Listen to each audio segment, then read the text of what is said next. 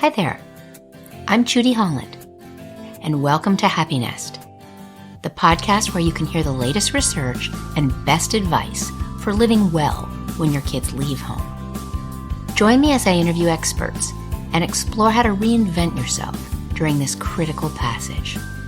I hope you'll head over to judyhollandauthor.com and check out my new book, Happy Nest, Finding Fulfillment When Your Kids Leave Home. I'm here today on the Happy Nest show with Vijay Eswaran, a global philanthropist, business tycoon, and best-selling author who once drove cabs in London and Chicago to pay his college tuition. Vijay practices what he calls the sphere of silence, the secret to his success. He's been named by Forbes as one of Asia's top 50 philanthropists. As a first-generation entrepreneur who launched a company at the height of the Asian economic crisis in the late 90s, he faced many challenges. Vijay also has written several books, including 2 Minutes from the Abyss, 11 Pillars of Life Management. In this book, he stresses how the mind is a powerful weapon. He shares his ideas about finding purpose, taking control of your life, and living in the now. Vijay's ideas are spot on in these times of uncertainty, when we must all reinvent ourselves.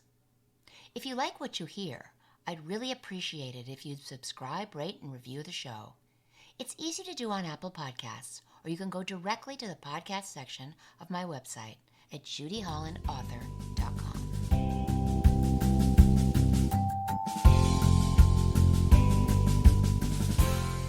We're here today on the Happiness Podcast with Vijay Eswaran. He's a Malaysian entrepreneur, a philanthropist, and an author. Vijay, welcome this morning, and I'm excited to have somebody from so far away on the Happiness Podcast this morning. Happy to be here. Happy to be here, but it's not right, you're 12 hours away, so I'm talking to you in your 8 o'clock, in your different 8 o'clock. We're on a different AM, PM. So Vijay, you have reinvention in your blood. I know that you drove cabs in London and Chicago to pay college tuition, and then you morphed or reinvented yourself into an entrepreneur. We're in a time now that is so uncertain, and so many people's jobs are gone, and people can't really imagine what the landscape's going to be when this pandemic is over, because this is a temporary pandemic. How, Vijay, can we reinvent ourselves individually and as a nation after this crisis is over?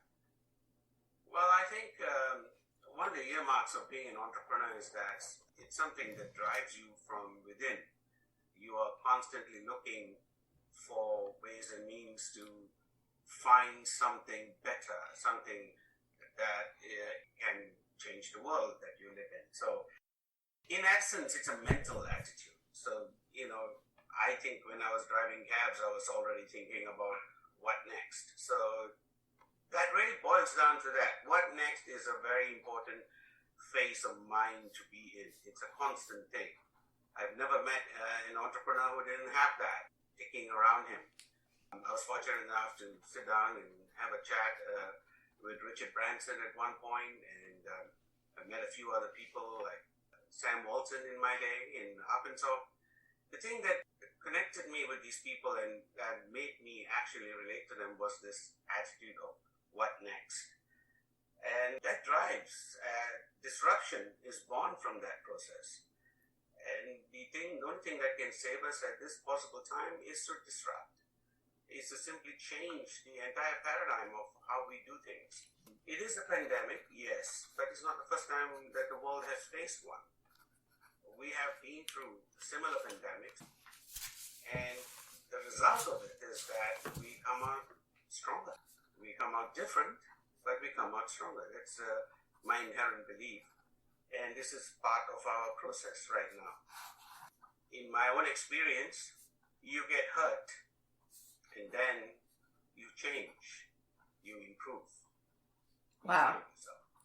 That's really cool. Now, that makes perfect sense coming from you, a very successful entrepreneur, and it makes perfect sense with everything that I believe about the next phase that we're sort of in a short-term dark ages, and we're going to come into a new kind of renaissance with innovation and creativity.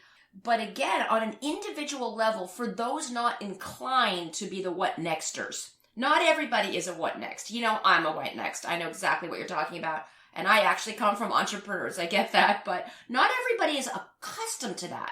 Do you think people all have that within them? Does everybody have an inner entrepreneur that maybe just hasn't emerged yet? Well, if you don't change. That's a good question. But in my experience, if you don't change, you get change. Yeah. That's what has happened to us repeatedly throughout the world, throughout history. If you don't, that is interesting. If you don't change, you get changed. What do you mean? I like that. Expand on that a little. Well, let's talk about the 1920s, since I briefly touched on it a little while back. The 1920s essentially was a time of immense change. There was the Spanish flu, there was the end of the Great War, and it was also a time that we were basically migrating from our four-footed friends, the horse, so to speak, onto motorized wagons and the rail. Mm-hmm. And this was a massive, it was a paradigm shift on a totally unparalleled scale. Nothing like that has ever happened before. We rode horses for 1,000 years before, maybe a couple of thousand years before. And here comes along a total change of attitude, and also a total change of jobs, employment, infrastructure. So basically, you see, the horse and riding of a horse in concentric circles had developed so much employment, so much craftsmanship. People specialized in making horseshoes and crafting leather and crafting, everything from training horses to what to do with horses, feeding horses, stables, etc., etc., etc. And it's the horse that took us across the country. Now, we had to change totally new paradigm, where the cars and the rails took over, and eventually the planes as well. Ships took over, and the world became a lot smaller. But we also lost generations of people who did nothing but working on horses or working on trade that was similar to or close to horses. So, in a sense, it was a massive change. So there were people sitting back saying, what the heck is going on? What do I do next? And they didn't see themselves being able to change, but change they did. And here we are today. We're doing the same thing. It's just not all about horses anymore. But we're going to have to adapt. It's kind of a Darwin thing that we have to have in our blood now, right? I mean, we have to look for opportunity. We have to accept. We have to be open-minded that things are different. We have to reinvent the wheel. And it's actually happening as we speak. I mean, here I am using Zoom to talk to you. Something I wouldn't have been able to predict a couple of months ago. You couldn't predict that 2 days ago because you wanted to use Skype. But I need to use Zoom for my equipment. There you go. So, you see, I mean, if I'm changing, so is everyone else in this part of the world and everywhere else. And they're changing at a phenomenally incredible rate. Right, so, right. That change is sweeping the planet. And we're being forced upon it. Yeah, I love that. So tell me, bring me to, if we're talking about adaptability, bring me into the sphere of silence. Familiarize me in a boiled down kind of way. How can the sphere of silence help us here? Because you know what, Vijay, we've got some time. I've got a little extra time. I'm not commuting. I'm not going to restaurants. I'm not going to the movies. And I got 3 young adults, 3 dogs. I've got like 300 pounds of dogs in my house pounding down the stairs. How can it be the sphere of silence that you have developed this hour-long program, book, thinking, and how can it help us control our minds? Because I think we need a little help controlling our minds, Vijay. Certainly I do. Well, the best way to describe it is that we are, in essence, spending an hour to control the other 23 hours in a day. Now, the question is whether it's worth spending that hour to control the remaining 23. Because more often than not, the 23 hours that I'm talking about is like being on a roller coaster. Most of us just basically run from one appointment to another, one meeting to another, something that is usually urgent. And this is the problem with our lives. We go running from urgent to urgent, leaving up and leaving behind what is truly important. Mm-hmm. So one needs to differentiate between what is urgent and what is important. Now, if I met you a week ago, and we were crossing each other on the street, I said, hi, and can we have a cup of tea? And you said, no, you're running because you got to make it to the banks or something like that. More often than not, if we met again, and I said, hey, we missed that cup of coffee the last time. You were rushing somewhere, I can't remember what it was. The joke is, you probably wouldn't remember it either. Yeah. It was critically urgent at the time, enough so that you could want to postpone this meeting that we had, or this chance meeting, really. But you forget it the instant it's done. That's urgent. And that's 90, maybe 98% of our lives. Wow. Now, here's the thing. Everything that's urgent will ebb away. Most things that are urgent don't last the day, leave alone the week.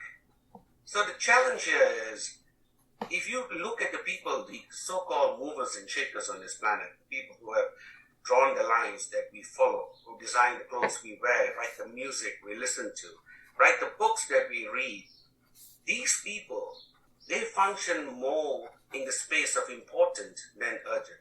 Ah. Therein lies the so-called secret, if you like. If you could balance your day that you spend more time doing things that are important as opposed to urgent, Yeah. then your life changes. So how do you define the two? As I said, if something is urgent, it usually dies within the day. You're lucky if it lasts a week. If it's important enough to last a week, that is. Mm-hmm. But if you're doing something important, the more important it is, the longer it lasts. So if you're doing something that would make a difference to you in a year, now that would fall into the category of being important. If you do something that falls into the category of 5 years and still be something you remember, now that becomes truly important. So the question is, how much of today would count in a year? How much of today would count in 5 years? Yeah. The Chinese have a brilliant saying, if you don't mind. Can I just... Yeah. I think it clearly defines the difference between urgency and importance so well. Mm-hmm. So the saying goes like this. A mendicant, or that is a beggar, lives from meal to meal. He cannot think beyond his next meal. His life actually revolves around one meal to the next. That's the homeless, if you like, in America. Now, if you expand that, you come to what is called a coolie or a laborer. Mm-hmm. A laborer is paid daily wages, and therefore his day runs from one day on to the next, basically sunrise to sunset, and then it starts all over again. That's the limit of his imagination. Then we go on to what is called a farm worker who gets paid by the week. Again, his life runs on a weekly basis. A landlord, he lives off his rent. He lives off his monthly income. Mm-hmm. Hence, his life revolves on a monthly basis. A mandarin or a nobleman or a landlord lives basically on a year-to-year basis. Farmers function season to season. But a king has to live at least 5 years at a time. He has to plan 5 years at a time. And an emperor plans 100 years at a time. Wow. He has to plan for his third generation down. So the question is, what do you think like? A mendicant, a laborer, or an emperor? That's great. You've said this before. You've thunk this out and said this before. That's wonderful. So bring me back to what I call the time of COVID, which is where we are. How does that type of thinking, how can that help us now? I think it could help us psychologically as well as in terms of reinvention and future success. Absolutely. I mean, this is brilliant. This is an enforced time whereby you can actually sit down and do things that you have actually never been able to do as of now. Introspect, retrospect, redesign your life. take a look back at, first of all, you should begin with gratitude. The most powerful thing and the most powerful emotion is gratitude. You cannot be negative if you're grateful. And what you need to be is you need to be positive. You need to recognize that every day is a gift. You have, every 24 hours, every time you open your eyes, is truly a gift. And it's a gift from the man above. But even though you have a gift that is only limited to 24 hours, you need to plan 100 years at a time. Now, how do you deal with that contradiction? You have to do what you need to do to get through the day, and that's urgent. But at the same time, we need to focus on the impact that you're going to leave in this world, the legacy that you're going to leave in this world, your children, your neighbors, every impact that goes out in concentric circles like a ripple in a pond. The question here is, how important is that legacy? How important is that impact? What are you doing to truly make a difference? And what can you do differently?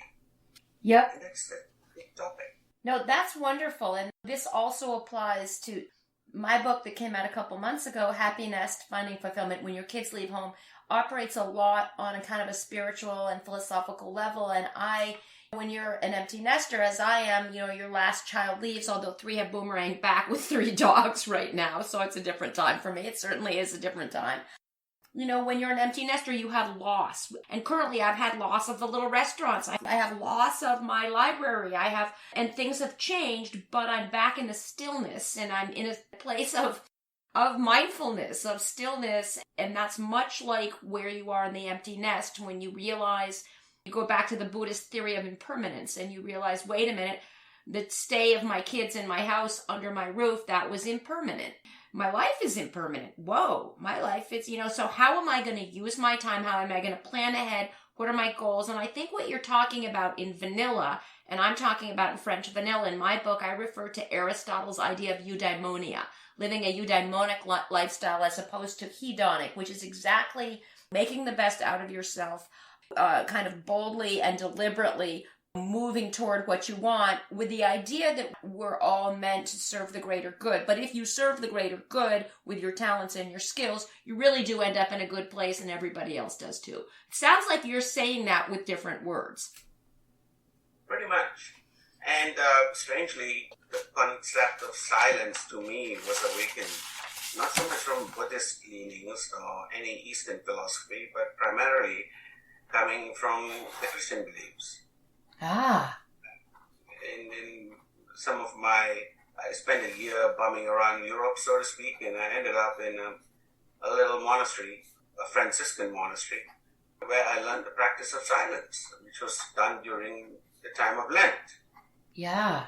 And the thing that woke me up to it was when I was sitting down talking about silence, and this beautiful description was given to me by a lay father at the time, a lay brother at the time, which remains very clearly in my mind. He says the oldest scripture is the body, our human body. Uniquely enough, the body, is structured in a fashion. The scripture, being our body, is written by the hand of God, is basically his explanation. He says, look, you have 2 eyes, 2 ears, a pair of nostrils, left and right side of the brain, left and right side of the heart, 2 hands, 2 legs, but bang, slam in the middle of your face is this one thing. That's just one, and that's the mouth. Now, if you want to try and decipher what this writing that's written across your body in the design of your body, which is obviously done by his hand, then it says, observe twice as much as you speak. Think twice as much as you speak. Hear, listen twice as much as you speak. Work twice as much as you speak. Heck, breathe twice as much as you speak. Yet what do we do? The exact opposite. Right. No, that's wonderful. And I actually say that in a different way. I say you got 2 ears, 1 mouth. And when I talk about young adults, 2 ears, 1 mouth. Remember that and bite your tongue and listen, because that's the way you're going to understand your young adults. But that's good. You're a wonderful storyteller. This is great. And there's a little bit of, it's interesting. Just the philosophy of I don't know if it's Malaysian or if it's Eastern, where all these things are coming from. I spent more time in the West than I did in the East, so I'm pretty much evenly spread out, you might say. Your grandfather, you mentioned something about how your grandfather had some ideas and that you pirated some of your grandfather's ideas. Don't we all? I think grandparents had great influence in our lives because they get to spend a lot more time with the grandkids than our parents did, when we were growing up. Right. More so because they were free, Right. Absolutely. A lot of that influence came from my granddad. Yes, my granddad practiced silence every day of his life. For him, it was a habit. I didn't really get into it until much later in my own life, but once I did, I truly understood the strength that you can draw from it. Give me a quick boil down. I saw that you've got an hour a day divided in some different sections. Just run me by that. How would I do that now? Because we all need a little bit of kind of to get a grip and to understand that this time in my yoga classes, and they've always told me to live in the moment, but I don't always want to live in this moment because it's a really weird moment, extension of moments. Help me with that. Well, I broke it up into three parts: the part of duty, the part of knowledge, and the part of devotion. So in the course of the work, and this mixture between the three parts changes as you grow older. But when you're in the middle of the rat race, almost one half of my hour goes towards the part of duty, which means all the responsibilities that I have, in a sense, the things that I need to do, accomplish within the day, accomplish within the week, the month, and those targets and goals that I have for the year even. And I keep working on them because they're all constantly work in progress. So what I do find is I keep most of this energy that pours out of your mind, if your mouth is silent, comes out through your fingers as you write. And it changes through that process of writing. So writing a journal has been therapeutic. I mean, all the way back to Abraham Lincoln himself. I mean, it was a practice that we unfortunately seem to have lost, with this new element of technology. But writing is therapeutic because it actually puts your ideas from your mind onto a paper that you can look at and correct, that you can look at and judge and assess and reanalyze. And if you do it daily, then you find that you become a work in progress, that your actual plans and ambitions and ideas, your vision, starts to crystallize. The same way that, Walt Disney planned out Disneyland originally, drawing out landscapes and big ideas and visions, and that grand vision eventually became true. So that's the part of second half of it I spent in what I call the part of knowledge. Now in that, I reach out to books, not fiction, not storybooks or anything of that nature, but books that I have bought throughout my lifetime that I said I'm going to read someday. That someday never comes. So these books are there, piled up on my desk, and they are books that I know I need to read because it allows me to connect with the mind of someone that I respect or like, or deal with a topic that I feel that I need to get better at.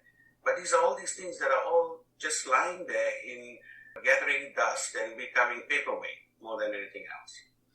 So I pick up any one of these books and I spend some time reading and then closing the book and encapsulating it in a few words again writing in a journal.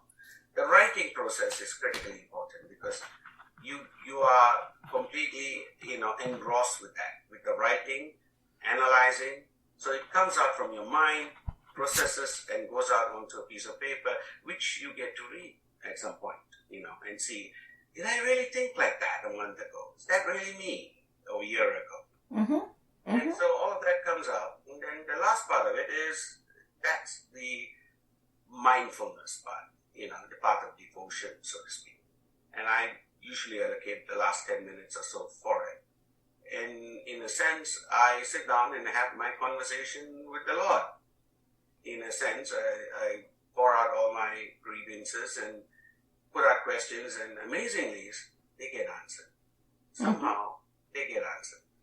So that's the process. process in a nutshell. Yeah, no, that's wonderful. To what degree does adversity, Vijay, motivate us to create or to take risks, but, intelligent risks to become innovators? Again, I think we're going to be in a time of great innovation. I think the human spirit will triumph. I think all this downtime, still time is going to percolate into new possibilities, and it's going to need to for many people considering the state of the economy.